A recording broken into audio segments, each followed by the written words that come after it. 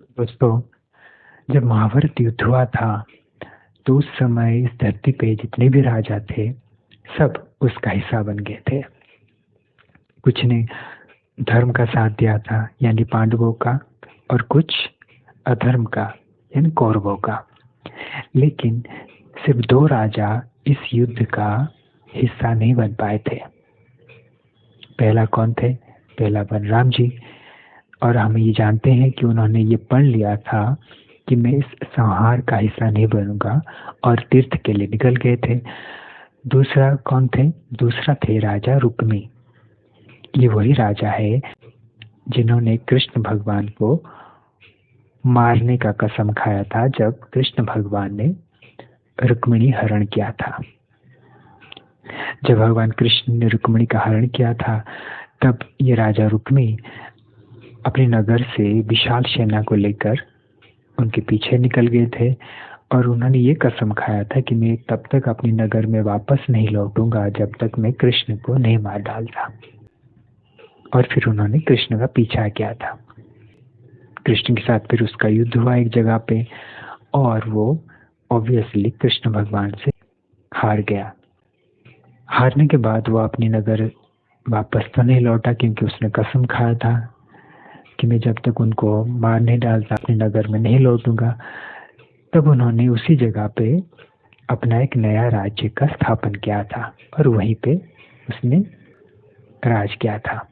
जब उसे महाभारत युद्ध के बारे में पता चला कि पांडव कौरव ऐसे अपनी सेनाओं को लेकर पड़ाव डाल चुके हैं कुरुक्षेत्र के पास, तब कृष्ण भगवान को खुश करने के लिए उसने अपनी सेना को साथ लेकर पांडवों के पास आया। जब वो आया तो पांडवों ने उसका स्वागत किया। फिर उसके बाद उसने अर्जुन से बोला कि अर्जुन, तुम अगर डरे हुए हो तो मैं तुम्हारे सहायता के लिए आ पहुंचा हूँ। मेरे जैसा वीर इस धरती पर और कोई नहीं है। तुम मुझे कौरवों का जो भी हिस्सा सौंप दोगे मैं उसका विनाश कर डालूंगा। ये भीष्म, ये कर्ण, ये द्रोणाचार्य मेरे सामने कुछ भी नहीं है। अर्जुन को इस तरह का घमंड भरी बातें कैसे अच्छा लगता।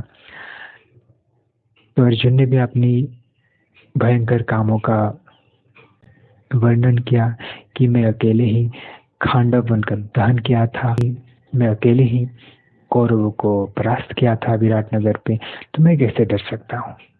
तो ना मैं डरा हुआ हूँ और ना हमें सहायता की भी जरूरत है। इसलिए आपकी इच्छा हो तो आप यहाँ पे रुक जाइए या तो फिर कहीं और चले जाइए। ये सुनने के बाद रुक्मी अपनी सेना को लेकर कौरवों की छावनी में गया, और उसने दुर्योधन से भी यही बात की जिसपे घमंड भरा था। तो एक तो दुर्योधन घमंडी था, तो उसको एक दूसरे घमंडी का बात कैसे अच्छा लगता। तो उसने भी मना कर दिया कि मुझे आपकी सहायता की जरूरत नहीं है, आप चले जाइए। और इसी कारण की वजह से, यानी अपनी घमंड की ही वजह से, राजा रुक्मी इस महाभारत युद्ध का हिस्सा नहीं बन पाए थे।